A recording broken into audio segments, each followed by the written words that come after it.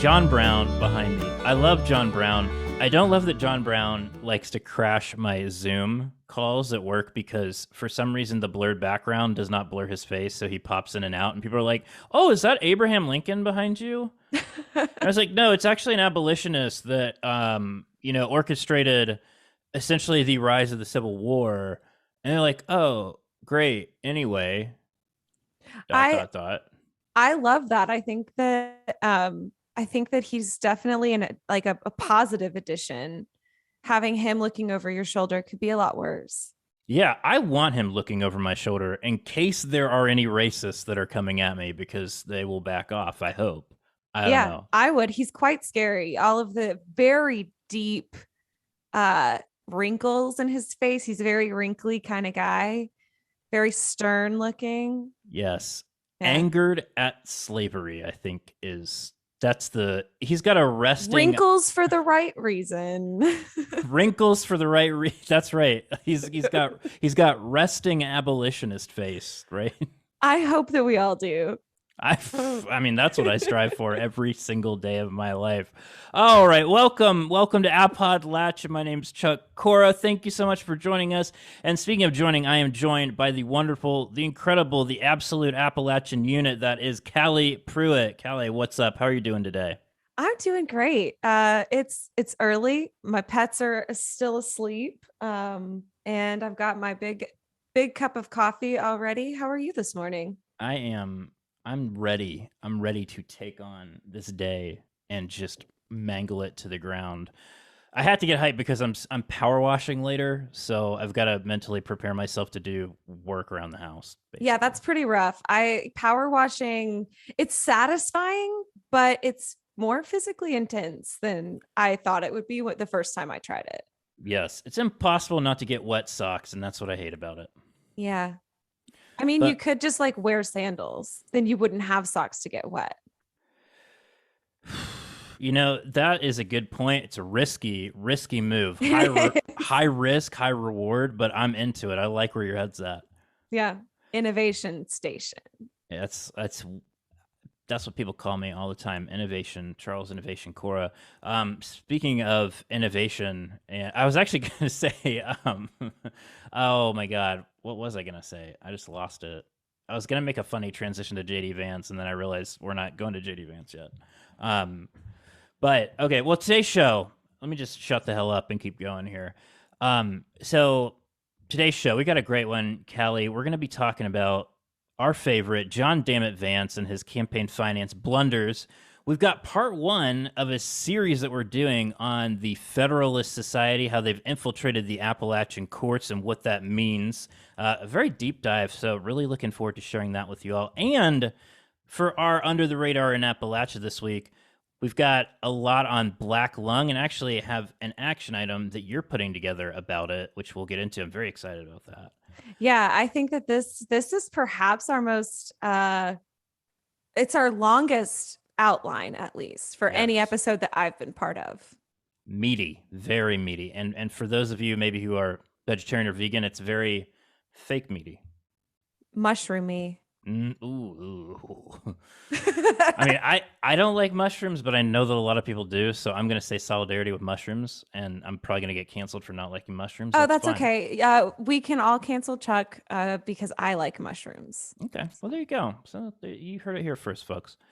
Cancel me. Do your worst. Speaking of, okay, so let's talk. I wanted to talk to you real quick before we get rolling into our meaty stuff about porch sitting because we're in summer. Are we technically in summer? I don't know, but I we're think so, okay. officially. Good.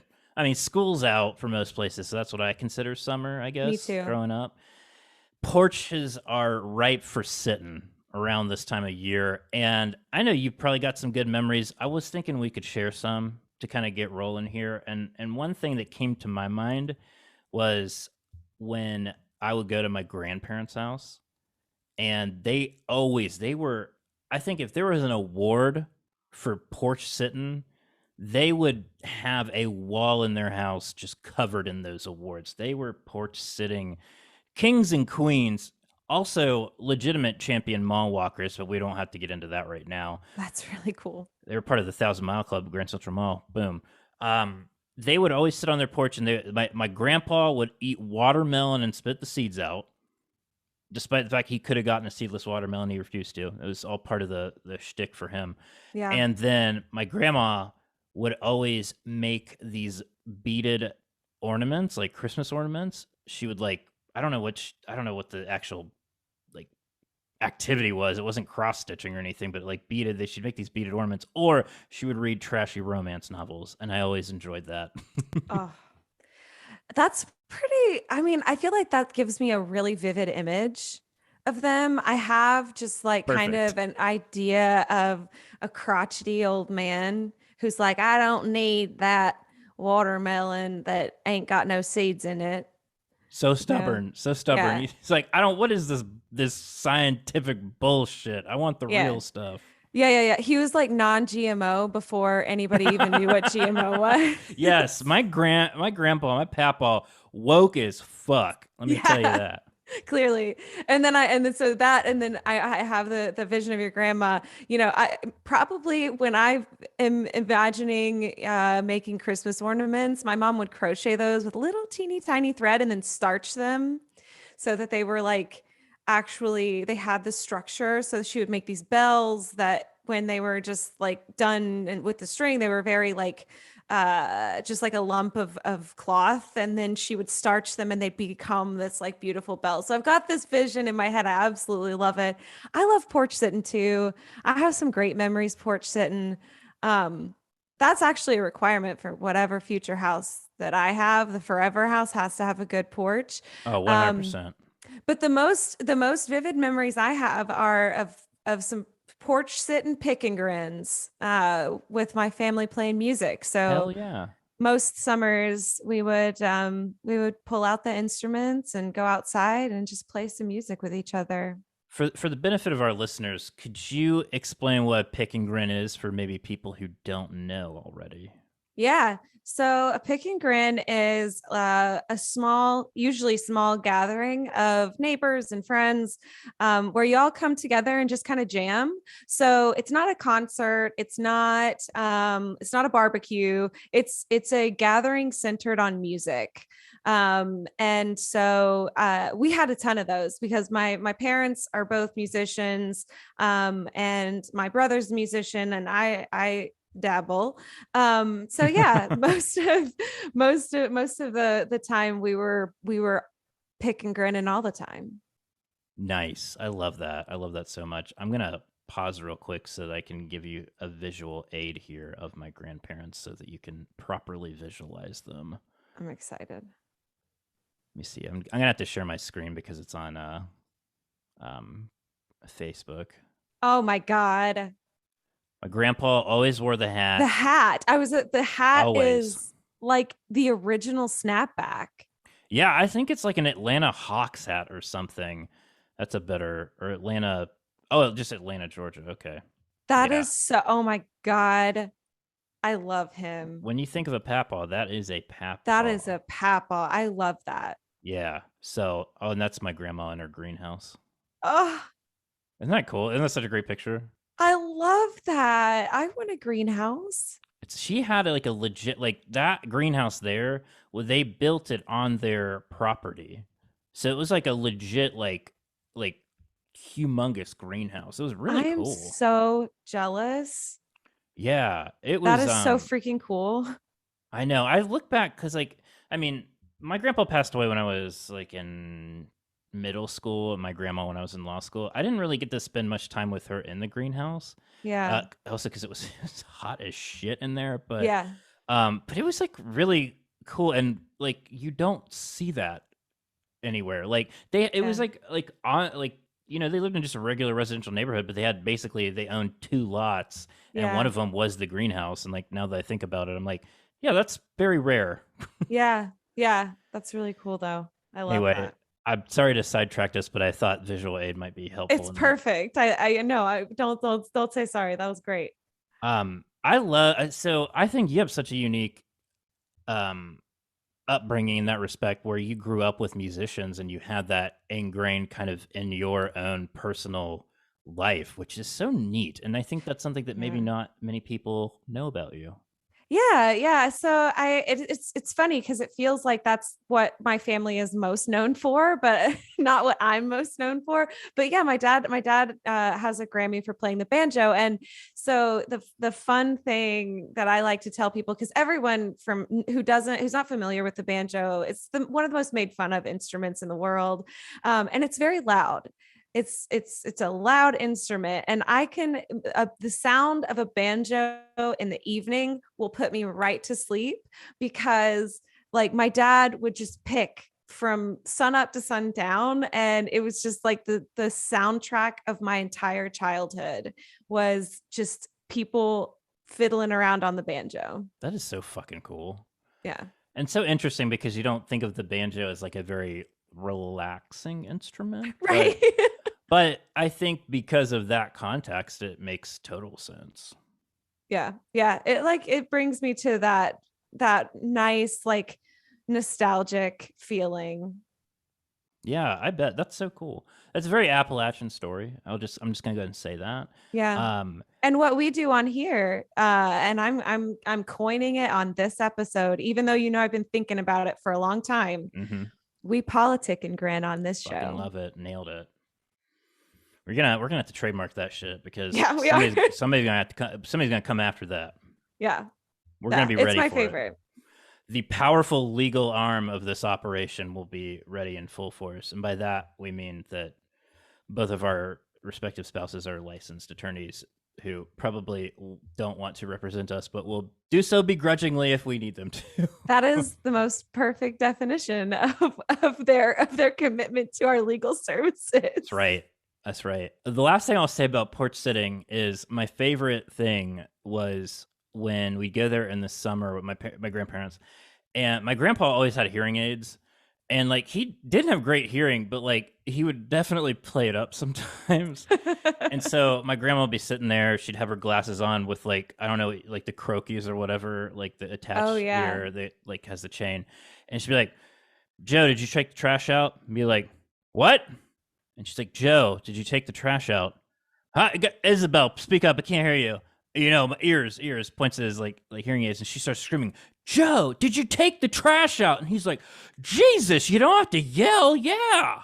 Oh my God, that is the dad joke of all dad jokes. 100%. I feel like if you are a grandpa and you haven't done that and don't like do it regularly, you're doing something wrong. That's my favorite. I'm keeping that move in my back pocket for when Kristen and I are very old and have our own porch to sit on.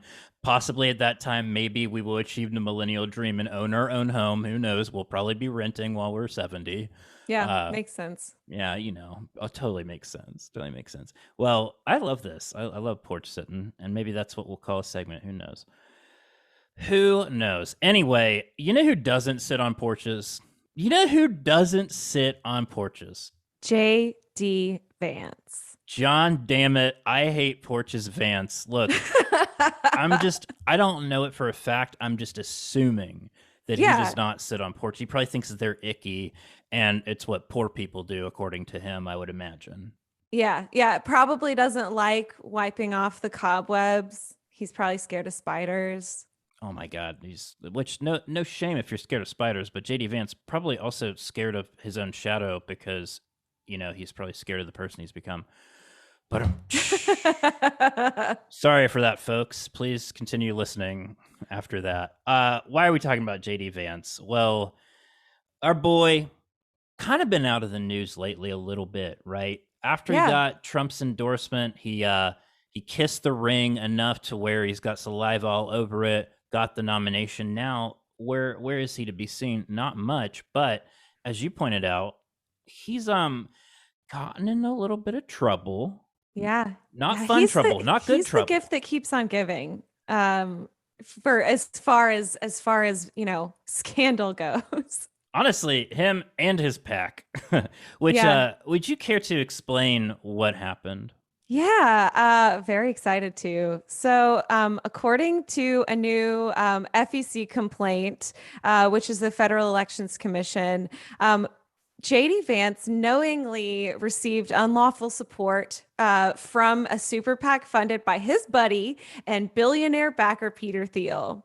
For those who don't know, which I think most people will, but Peter Thiel is a German American billionaire. He co founded PayPal and he was the first outside investor into Facebook. So, super, super wealthy guy. Actually, he was ranked 297th on the Bloomberg Billionaires Index with an estimated net worth of over $7 billion.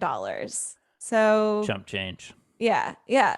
And he was on the board of Facebook until very recently. I think it was actually earlier this year. And one thing I do just want to point out before getting deep into this. So Peter Thiel's super PAC funding JD Vance. JD Vance, as you all will probably recall, loves to tweet his disdain for big tech while enjoying the benefit of $10 million from the perfect manifestation of big tech, a billionaire who founded PayPal, outside investor in Facebook, who was currently on the board of Facebook when he was putting this money together for old JD. JD Yeah, didn't it's seem to mind. He's almost cutting like checks. JD Vance is not operating in good faith. What? Get the fuck out! Look, I thought you were the one with the knowledge here. Wow, I'm sorely mistaken. No, I mean, there's not. This dude's totally above the board. Yes, totally. So going into this FEC complaint, so it's filed by the Campaign Legal Center and In Citizens United, which are special interest groups that work kind of against this kind of action. So they filed it last Monday and alleged that the Vance campaign and the Protect Ohio Values Super PAC coordinated for months through a secret website, which really wasn't all that secret. It was a Medium page that you just had to have like special search words for it to pop up. On that website, though, were strategic assessments, messaging proposals, oppositional research, which we've talked about here before. It was that same packet, video footage from his ads, B-roll, all of that, internal polling data, and draft scripts for ads and things like that. So the Vance campaign accepted and used the material for their own benefit, and that helped them. The complaint alleges that helped him land Donald Trump's endorsement and leapfrog past all of his competitors. So not great. Over the course of the campaign, the Super PAC spent more than $7.5 million in direct support of Vance, along with other kind of expenses that totaled over $620,000 for like data management, $750,000 for polling, and $600,000 for consulting fees. Just absurd. Like, which of course, like this stuff happens all the time. Like that spending does happen, but Right. and it's important to put a point on this, which is super PACs are prohibited by law with coordinating directly with the campaign. They can do stuff on behalf, like they can do stuff that supports that candidate. Right. Like they can run an ad saying, "Oh, you know, JD Vance did this. He's a good guy, and this was not endorsed by the candidate." But the candidate cannot directly coordinate with them. That is illegal, and that's why this complaint is being brought. And it's just, you know, I think with this, it's hilarious because like in one of our past episodes, I think it was when we had Anderson Clayton on, we talked about JD Vance's opposition research book being published on a public Medium page. This is the mysterious website that we were talking about. Like Yeah. this is it, you know. They it's just as wild to me how incompetent, or maybe, you know, what you're going to get into, maybe very competent, because as you will point out, this sort of skirts campaign finance law in a way. It does. It does. My favorite quote from the folks who filed it was, quote, "This abuse is perhaps one of the clearest and most flagrant examples of a candidate and a super PAC skirting campaign finance laws." I think that's crazy. But so the reason that it's kind of unclear whether or not this is legal or not. It's that campaigns and PACs have been trying to figure out ways to coordinate without coordinating for years. And on that same episode, I talked about red boxing, which is the kind of normal way to go about this. So basically, you post all the information on a public place, and your supporters and folks who are going to spend money for you just know that that's somewhere on your website, and they get somebody to search the website and try and find your red box. So super PACs can raise unlimited amounts of money, which is not like campaigns right now. This year, $2,900 is the most that an individual can donate to a campaign. So it raises about $100 every year. And so this gives super PACs just an unbelievable financial advantage over campaigns. And so they're talking about the kind of analysis of this is that nobody's ever tried this before. And so Right. this FEC complaint is breaking ground. And so even if it's ultimately found to be within the law, it is to this point unheard of. Right. And even if it's found to be against the law, this is the unfortunate shot chaser thing about this, folks. And I think some of you may realize this is that campaign finance law is so poorly enforced and it lacks any real legitimate teeth for the most part, to where there's probably not going to be any consequences for him or his campaign, unfortunately. And it's a shame, because why have campaign finance laws if you're not going to do anything with them? And, arguably because of Citizens United, campaign finance laws are kind of almost a moot point, because super PACs can raise unlimited amounts of money. When you hear the term dark money, this is exactly what people are talking about.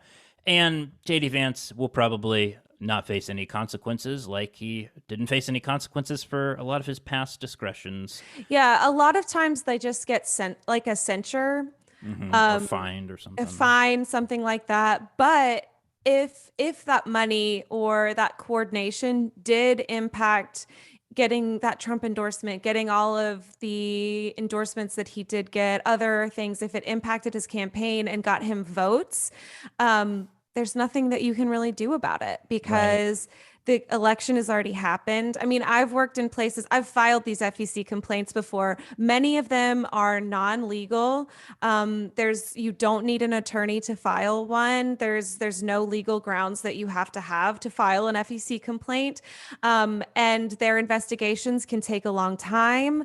They can basically come to nothing sometimes.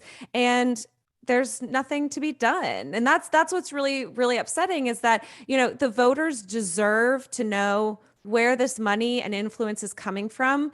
And these dark money groups like PACs, they intentionally hide who their donors are to hide the influence over the electorate. And so while this is really, really disappointing that we probably won't get a resolution to this for a long time, and even if we did get a decision on it, we wouldn't get action that would be sufficient enough. It's just upsetting that there's still this level of innovation in trying to break the law. It's really wild, and it's unfortunate because this happens all too often. I mean, I'm not formally accusing it of happening in one of the Senate campaigns in 2018 on the Republican side, but we had theories that it may have. This, and just dark money in general is floating all over the place, Democrat and Republican, and even in nonpartisan races. For example, when I worked on a public ballot initiative in Nashville, Tennessee, in I think it was 2018, 2017, 2018, there was one PAC that collected hundreds of thousands of dollars, all dark money, and was funding the opposition campaign, and they ended up winning. It wasn't completely due to that, but it certainly played a huge role. So it's a huge problem. I think that, the what should be done with this information right now is people should be talking about it, and people should be putting it out in ads and stuff like that, just to start undermining JD Vance and everything that he says, because he's a walking contradiction and Yeah. somebody who's only suckling up to the teat of the voter just so that he can gain power and then not care about it, and Yeah. care about them rather. So this is just another chink in his impenetrably armored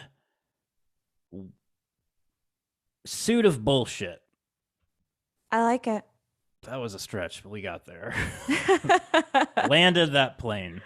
Oh man. Well, I mean, what else can we say about JD? Probably not much right now. We can probably move on, right? We good? Yeah, You good? just a disappointment He's a continually. constant disappointment.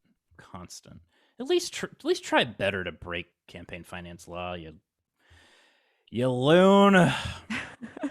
Oh well. Well, look. Let's get off that subject of a terrible person. So for today's episode, and this is a two-parter. We'll just preview that now. This is a two-parter because this is it's a lot of detail, a lot of meat, and I think it's really important. Mm-hmm. So today we're talking about something that I think gets talked about a lot at the national level, but not with the level of nuance I think is necessary, particularly for Appalachia and its impact on it. So we're talking about I've never heard anybody talk about it at this granular of a level. So I feel like we are definitely contributing to this national narrative, and I hope that other regions and other folks like us end up doing the same research that we did for their regions, because what we found is really troubling. Absolutely. And so what we're talking about is the Federalist Society, which we will get into who that is, what the relevance is. But they have a very significant and profound impact on the federal judiciary, meaning your federal court system. And in Appalachia, there are several circuit courts that cover the Circuit Court of Appeals that cover Appalachia. There's several federal district courts. And these judges have a tremendous amount of power and influence to shape public policy, to shape the law, to shape your rights, including your right to have an abortion, your right to marry the person that you want to, regardless of their sex, gender, color, what have you.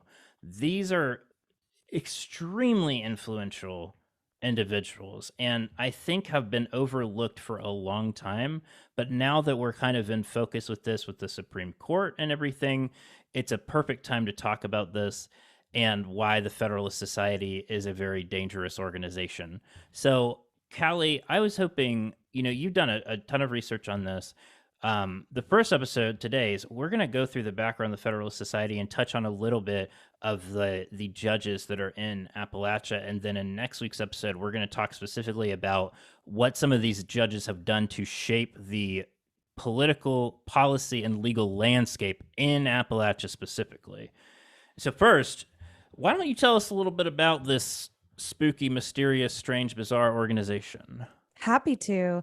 So, the Federalist Society is a conservative slash libertarian organization that advocates for a textualist and originalist interpretation of the United States Constitution.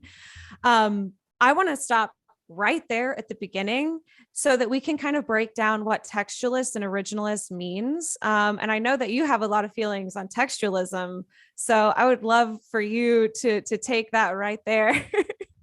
Yes. And rant away.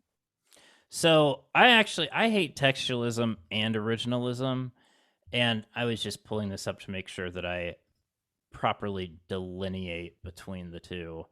So textualism is a stupid, ridiculous theory of judicial interpretation, which primarily is based on the quote-unquote ordinary meaning of the legal text, where no consideration is given to non-textual sources such as intention, the time when the law was passed, and the problem it sought to remedy.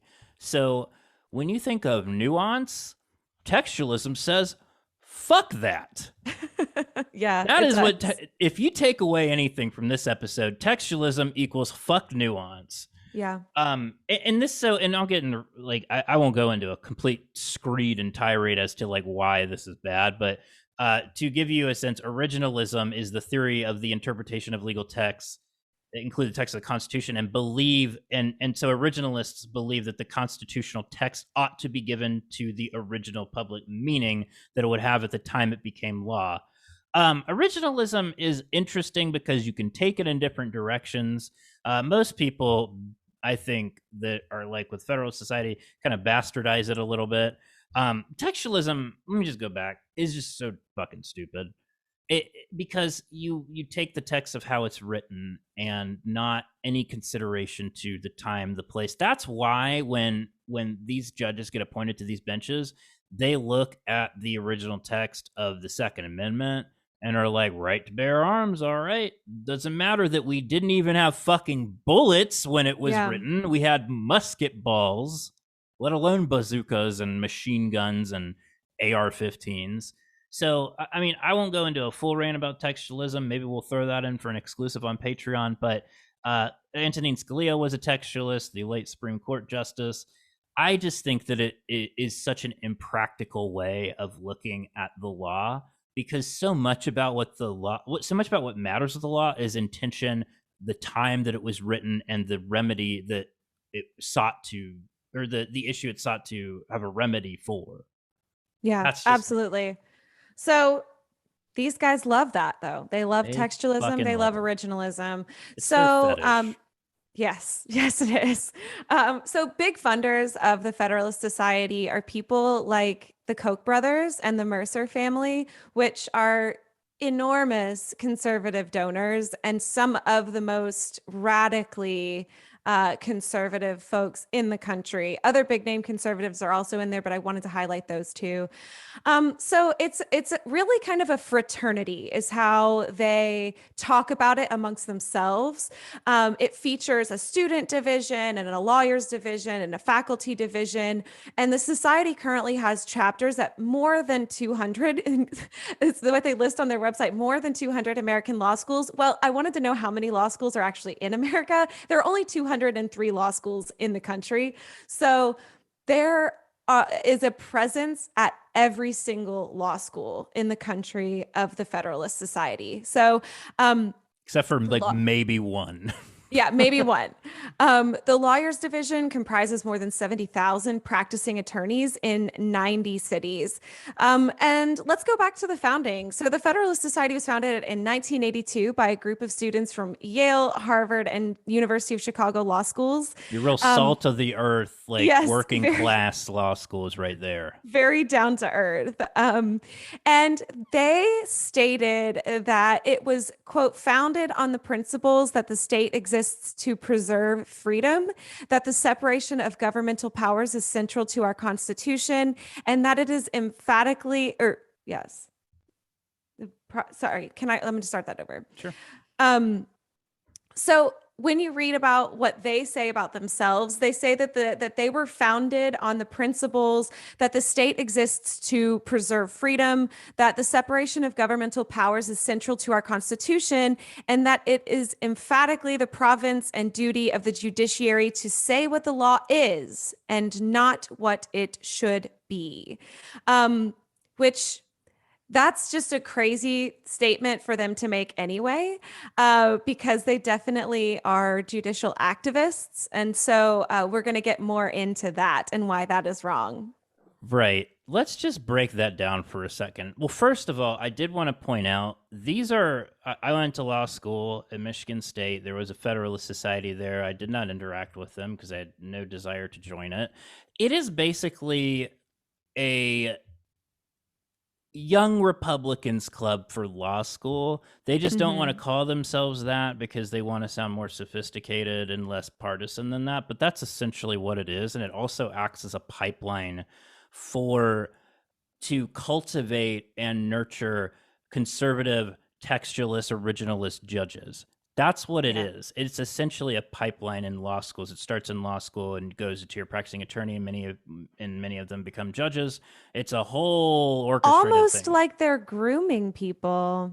Ooh, whoa! Who's the groomers now? Okay, groomer.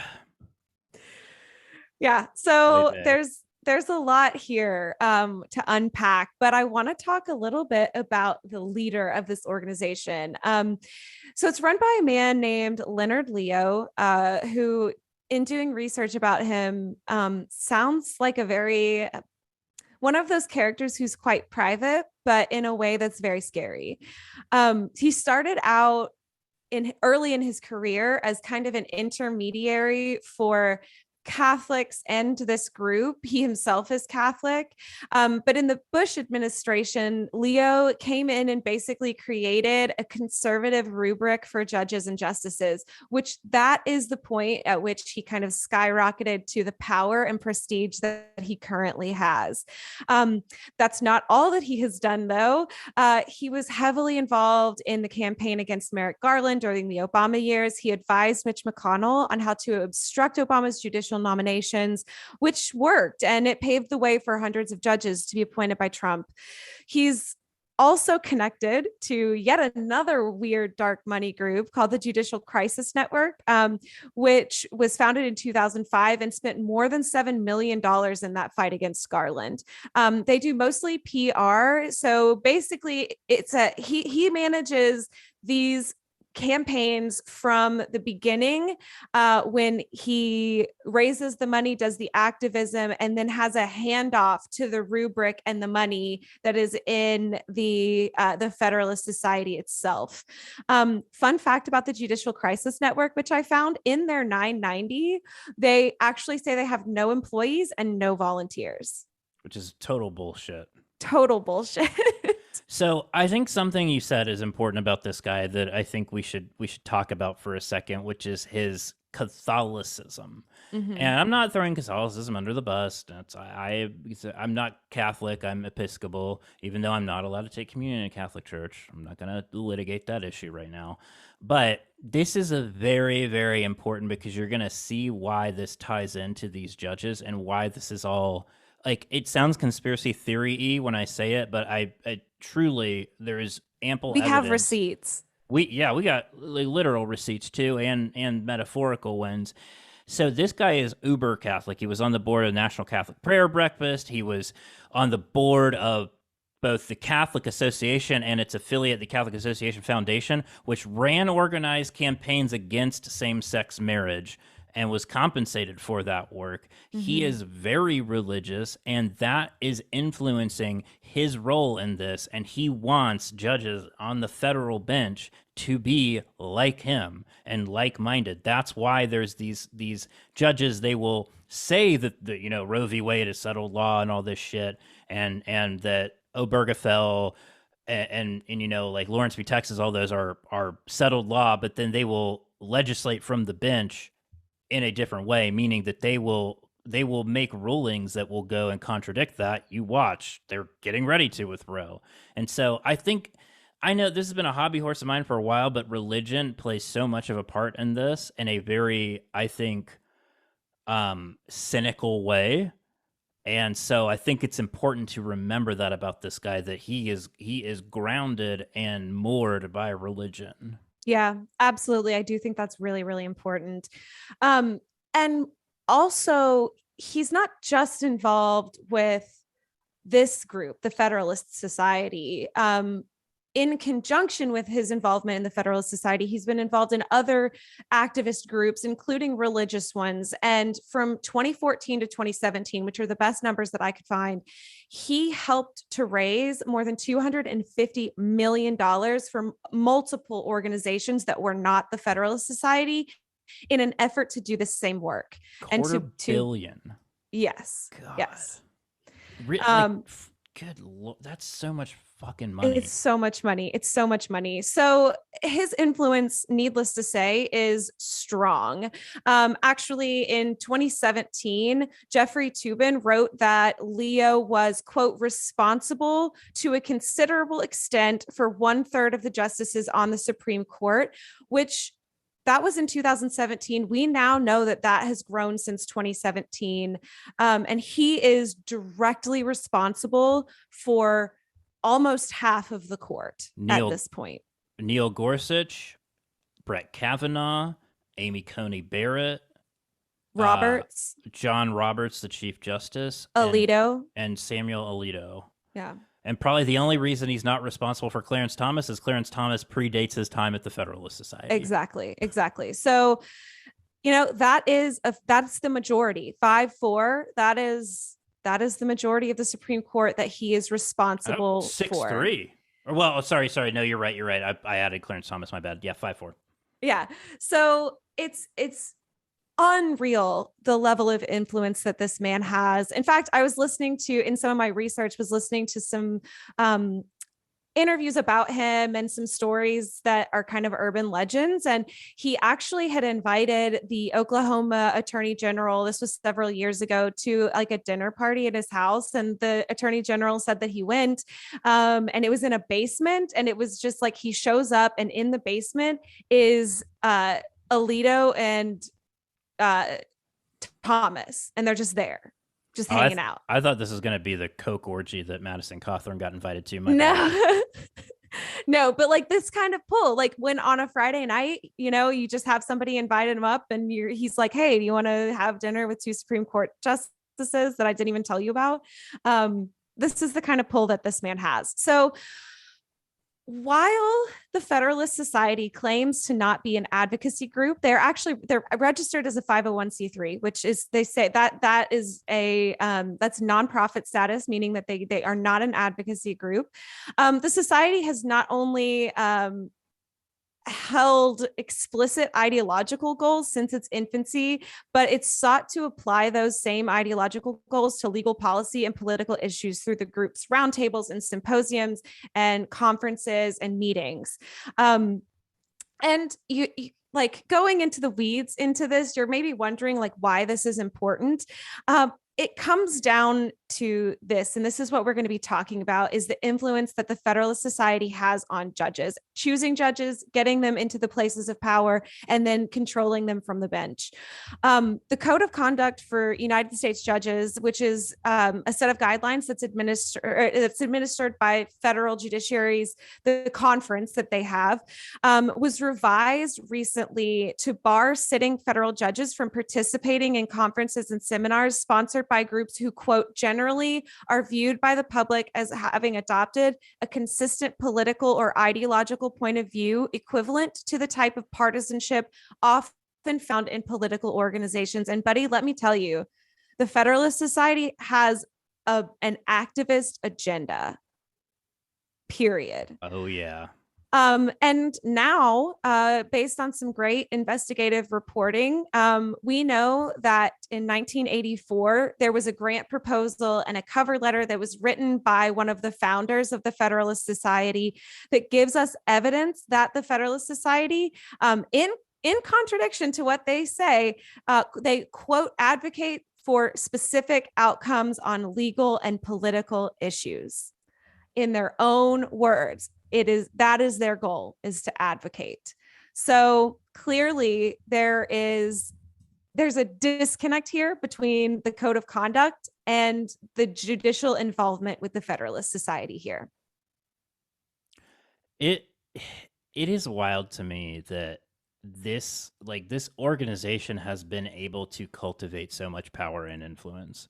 And it's something that has largely been ignored, especially by the left, for literally decades, to our peril, to our demise. Sadly, yeah. It's very scary. And this, like, you know, sorry, where are we on the outline? My apologies, because I was going to jump into something, but I'm not. Given the importance, so not the last bullet point, but here, let me just. Oh, gotcha. I got it.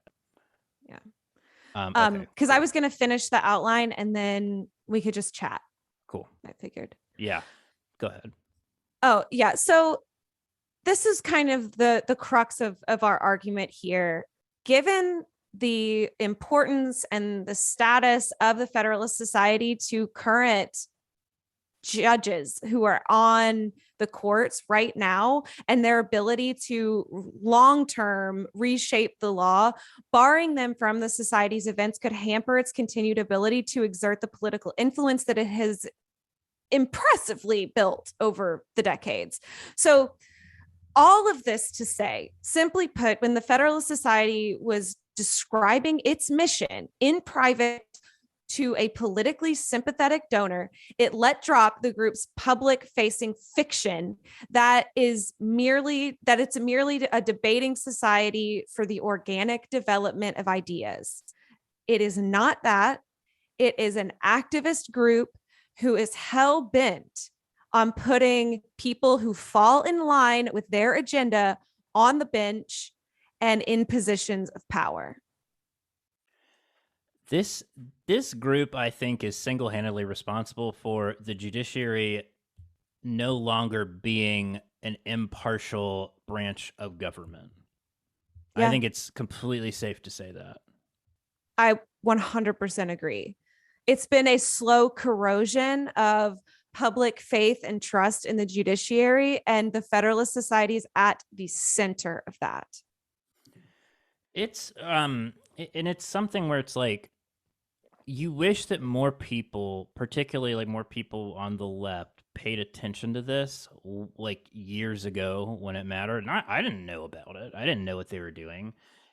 But it's coordinated. It's a coordinated thing. You see like how this has been done at the district court level, at the circuit court level, and at the Supreme Court level. And it was a calculated, craven political play for power, and you see it playing out day after day. And Roe v. Yeah. Wade is like going to be the icing on that cake. Yeah, But Roe v. that's Wade like isn't even the pinnacle of their ideas. exactly. And Roe v. Wade is just the shiny object, not to like undermine it or downplay it. It's obviously, we talked about, extremely important, but there's so many other ones that people don't know about that are destructive in their own right. And, you know, it's happening literally every day. You have hundreds of judges on federal, district, and circuit courts that are making decisions based on ideology, not interpretation of law. Yeah. It's scary. It's really scary. And it has broader implications, not just politically.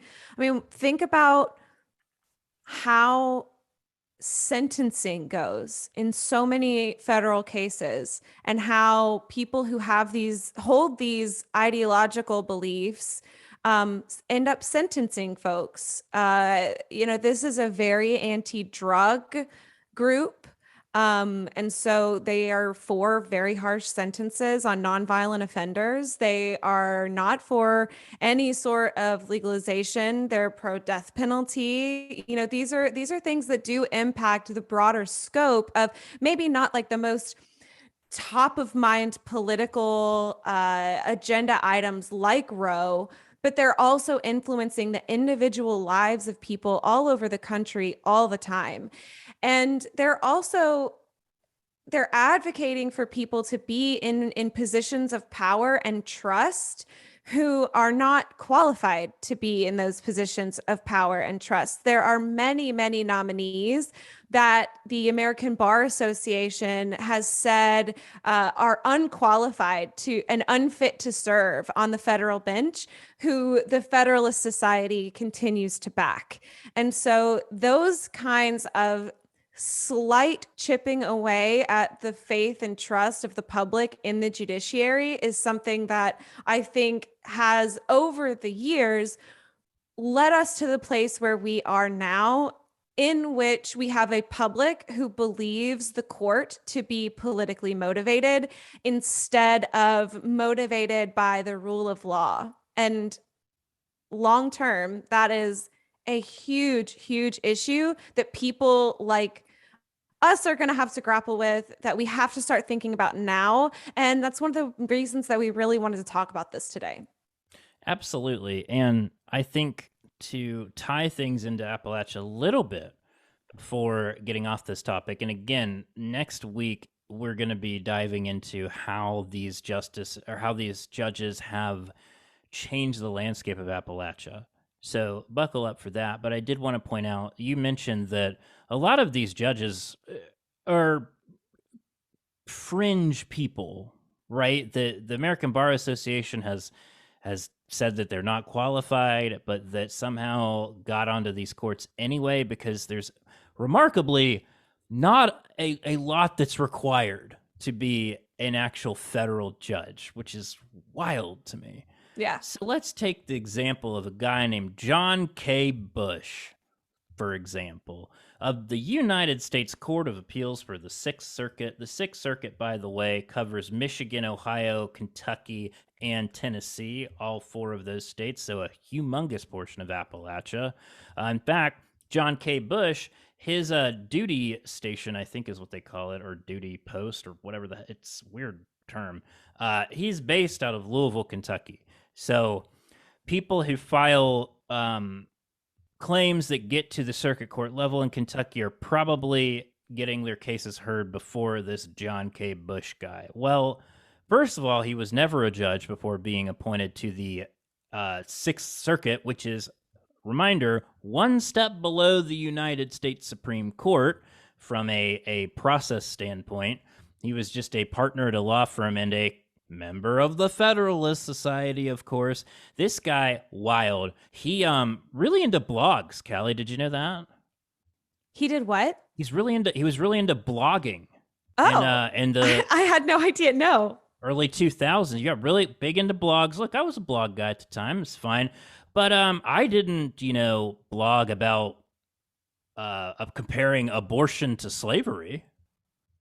But you know who did is John K. Bush. Oh, my God. He said in a 2008 blog post entitled, "The Legacy from Dr. King's Dream That Liberals Ignore." So just buckle the fuck up for this. Holy shit. This guy, a judge in that oversees a huge part of Appalachia, he wrote, quote, "The two greatest tragedies in our country, slavery and abortion, relied on similar reasoning and activist judges at the U.S. Supreme Court, first in Dred Scott and later in Roe." Oh, my God. So he's trying to appropriate the civil rights legacy of MLK to justify being against abortion. Fuck this guy. Holy shit. That I had not heard that. That was a hell of a curveball. Oh yeah. Wow. Yeah. He But also it's a great illustrative point of why this is so important. Oh, and let me just say, I'm only scratching the surface on this guy. I did want to point out a couple more things real quick, because I think you'll get a kick out of one of these.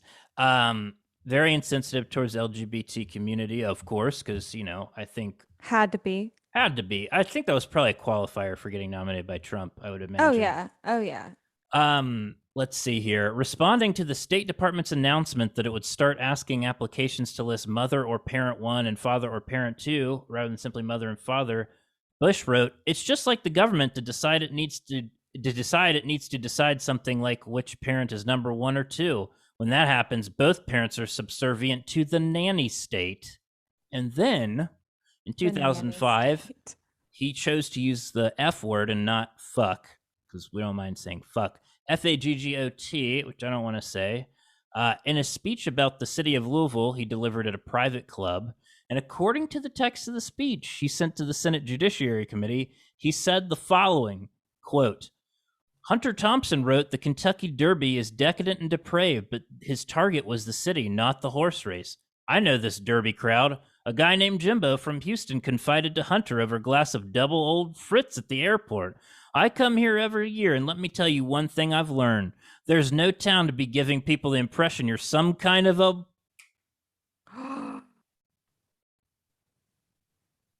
Oh, my God. Boy, what a guy. Wow. What a guy.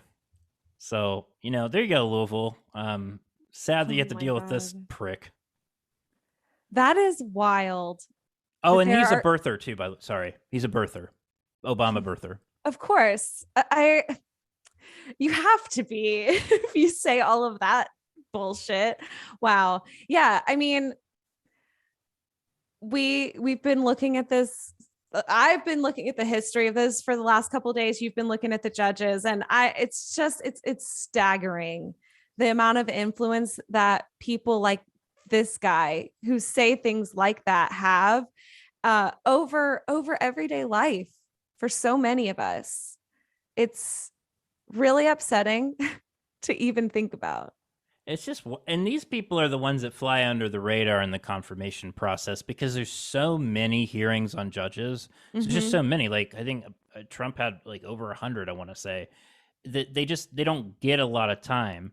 Now, this guy got a little bit more attention because he's fucking asshole, but still, I mean, this is like, these are people who are making laws.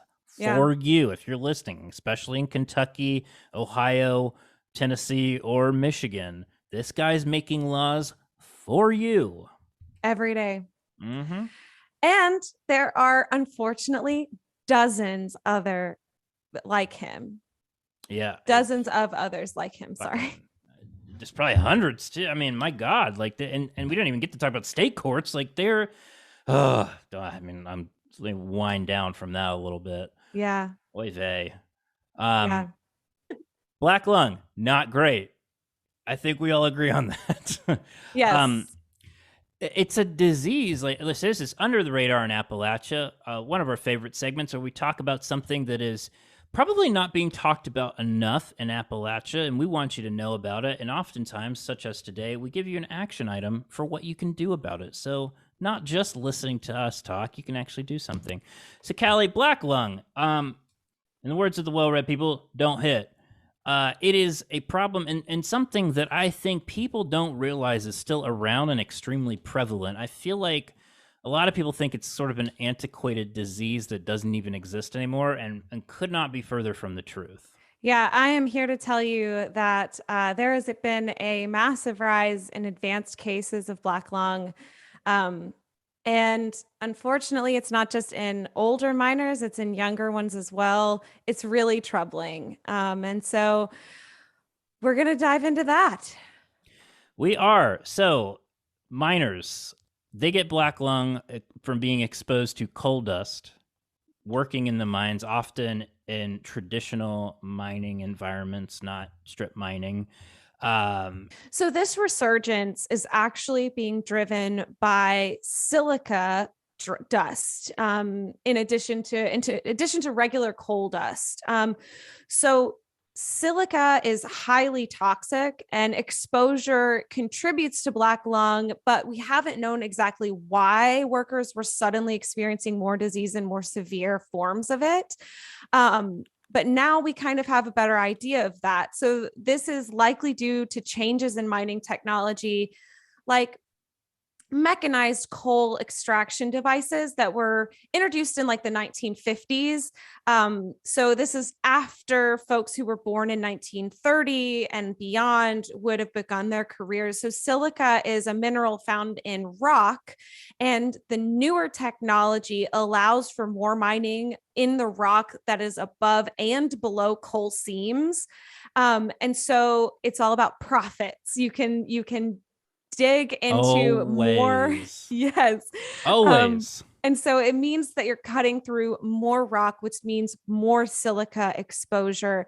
In fact, the guy who did the research on this said, our findings underscore the importance of controlling workplace silica exposure to prevent the disabling and untreatable adverse health effects afflicting U.S. coal miners. So this is a widespread problem at this point. It's super interesting. I mean, it's terrible, obviously. It's interesting that this is sort of a new development. And of course, it's always about money. That's an important context for all of you out there. Coal companies aren't doing great right now. Yeah. In fact, a fun, not so fun fact, but one that I like to point out to people is that I think more of the major coal companies went bankrupt under Donald Trump than I believe any other president. This guy who proclaimed champion, big champion of coal. So coal companies are going bankrupt because there's cheaper, easier ways of getting energy, more efficient ways. Now, the one type of coal that is still very profitable is metallurgical coal. That's coking coal used to make steel. This is not, I don't believe this is the same type, and so with that context, you can see, okay, now they're trying different methods to make more money. Mm-hmm. And it is not surprising that the coal companies probably don't care about the silica and it's being highly toxic. Yeah.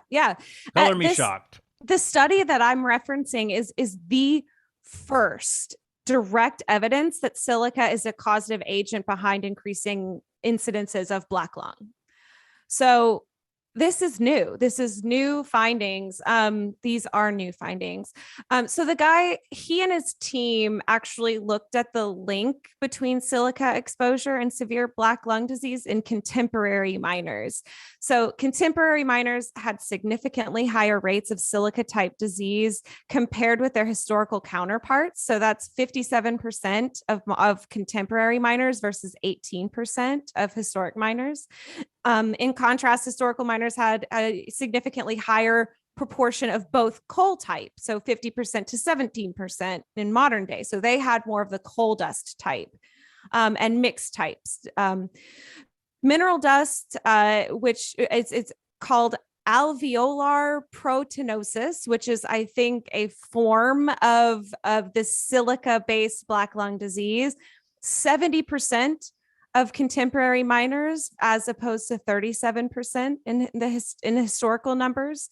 And then the percentage and concentration of silica particles were significantly greater in contemporary miners. So the percentage, which is 26 to 18%, and the concentration is 4.7 versus 2.6 billion particles per cubic centimeter.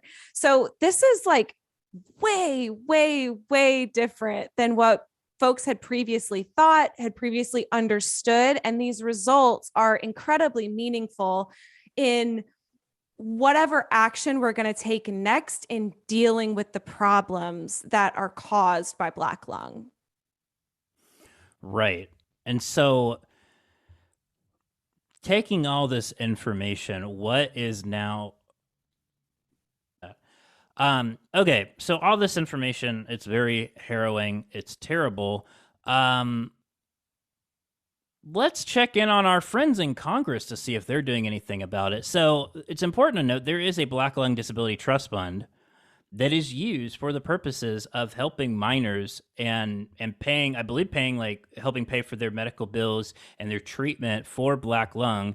And it's been around for a while. Shocker, it's in debt, and it's funded by an excise tax that expired at the end of last year. And so, has Congress done anything about this, Callie? You know, the people that proclaim to be friends of coal and supporting the working class. Well, I'm so glad that you asked. The answer currently is that Republicans have done nothing on it. But there have been two bills that are corresponding bills, one in the House, one in the Senate, that have been introduced by Democrats to make sure that the Black Lung Disability Trust Fund is fully funded again. So they exist now. It's literally called the Black Lung Benefits Disability Trust Fund Solvency Act. And so we're going to do something about this. We think this is too important of an issue, too pressing of an issue to allow this trust fund to lapse into non-existence. And so with the help of our friends at Appalachians for Appalachia, we've put together a letter that you can send to your members of Congress that would ask them to ensure that they pass that bill in both the House and Senate and put it on the president's desk this year. We want to see this happen. We know you want to see this happen. We want to take care of the people who are suffering from this disease. I mean, it's a truly horrific disease, and it's already been proven so many times over. We take the resources out of the places where they are mined, and we put them in everywhere but with those miners that dig the coal. And so we think it's high time that they ensure that these folks can have access to medical care. Absolutely. Because again, first of all, coal mining, one of the hardest jobs in the country, period, hard stop. One of the most, I think, misunderstood and neglected jobs in this country. And we all, of course, want to work towards a clean energy future on this show, but that doesn't mean that it's not at the expense of the miners currently working.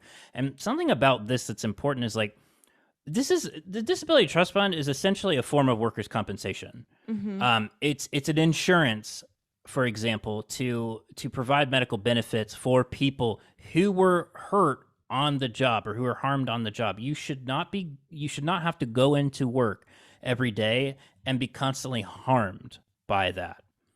And that is a promise that we have typically made in this country. That's why things like workers' compensation exist and why people sue for it. And this is another example of that, because black lung is a very specific illness and specific ailment that affects, I believe, and folks correct me if I'm wrong, just coal miners. It is a disease specific to that line of work, which is why there is a disability trust fund that is specific to that line of work. And so to me, this is a no-brainer that it has to be fully funded. And honestly, more like realistically, these coal companies should be found negligent of putting their workers in danger. Like that, that's a whole other can of worms to this, but the bare minimum, this trust fund should exist so it can finance the medical care and compensation these people need to live healthy lives. This is just like black lung ruins your life. And it's something that doesn't get talked about enough. And the fact that they have slept on this is absurd and it's inexcusable, and they need to do something about it, because if we care about the miners, which we do, when I say we, I mean as a collective, if we care about coal miners, then we need to be doing everything we can to help them, because these politicians will line up beside them, put on the miner's helmet and say that they support coal miners, and then don't do a goddamn thing about it, like this right here. Yeah. Pathetic. Yes. And building on exactly what you said, I want to read a quote from Senator Casey of Pennsylvania, who is one of the lead co-sponsors on the Senate side. He said, coal miners have kept the lights on in this country for decades. In doing so, many have risked their lives and now have life-threatening health complications. We owe it to coal miners suffering from black lung disease to keep our promise and ensure they're taken care of. This legislation would ensure the continuity of the trust fund, especially given the resurgence of black lung disease, and would provide the health and disability benefits many coal miners need. I will keep fighting to make sure that Congress keeps its promise to take care of our miners. And just to name off the people who are actually doing something about this, I would like to give a shout out to Senator Casey, to Senator Manchin, Senator Brown, Senator Kaine, and Senator Warner. So Pennsylvania, West Virginia, Ohio, Virginia, and Virginia. That is who is co-sponsoring the bill in the Senate, and those are the folks who are really invested in doing something about this. As far as the House side, it was introduced by the HELP Committee, Health, Education, Labor, and Pensions Committee Chairman Bobby Scott from Virginia, and the Subcommittee on Workforce Protections Chairwoman Alma Adams from North Carolina. So Appalachians are leading this fight. And it's up to us. It's up to us to make sure that we can carry this through. And this is something also, and I'm glad that you mentioned that, because look, we shit on Joe Manchin a lot and he deserves it. We just say he deserves it, but he was the lead sponsor on this, and it's literally like, you can go on and look, the bill literally strikes a date from the IRS Internal Revenue Code and changes it to a date 10 years down the road. That's all it does to help finance it. And so this is one of those issues where if you call your member, they will listen to you, because it is a very specific issue. It's not like Roe v. Wade, where they're getting dozens and dozens and dozens and dozens of calls every single day. They will listen to you about this. So if you're and Callie, feel free to correct me, because you have a lot more experience in this than I do. If your senator is a Republican, call them and ask them to support this. If they're a Democrat who is supporting it, call them and thank them, because that, I know it sounds shitty and they all have ego, but that is helpful. They want to hear that they're doing a good job. And if you call and they haven't heard about this in a while and you say, thank you for doing this, it puts it back at the top of the staff's to do. Yes. And so thanking them is not just thanking them. It's also making sure that it stays on their radar. Yes. Brilliant point, and worth noting, because this was originally introduced in September of 2021. So it's been like 9 months So it's Yeah. probably not on their radar right now. And that's a huge problem because it ran out last year. So, yeah, I'm really glad that we did this because it's super important, and I am going to harp on my members too. So, and if your member is a Democrat and they're not on board, tell them to get the fuck on board with this. Yeah, absolutely. And maybe we'll post another video of of me calling all of my reps so that you guys can have a good idea of what to say on the phones. Shelley Moore Capito. Yeah. Yeah, I'm sure that she touted her endorsements from coal organizations or something. So yeah, get her on. Anyway, well, thank you. Yeah, check that out. It's gonna be in the show notes. The action alert. It'll pre-populate a email. Is that right? Mm-hmm. And you can send it to your member and do that. Damn it. Let's put our money where our mouths are. Well, with that being said, thank you all so much for listening to this show. We hope you enjoyed it, and stick back next week because we'll have part 2 of this coming out.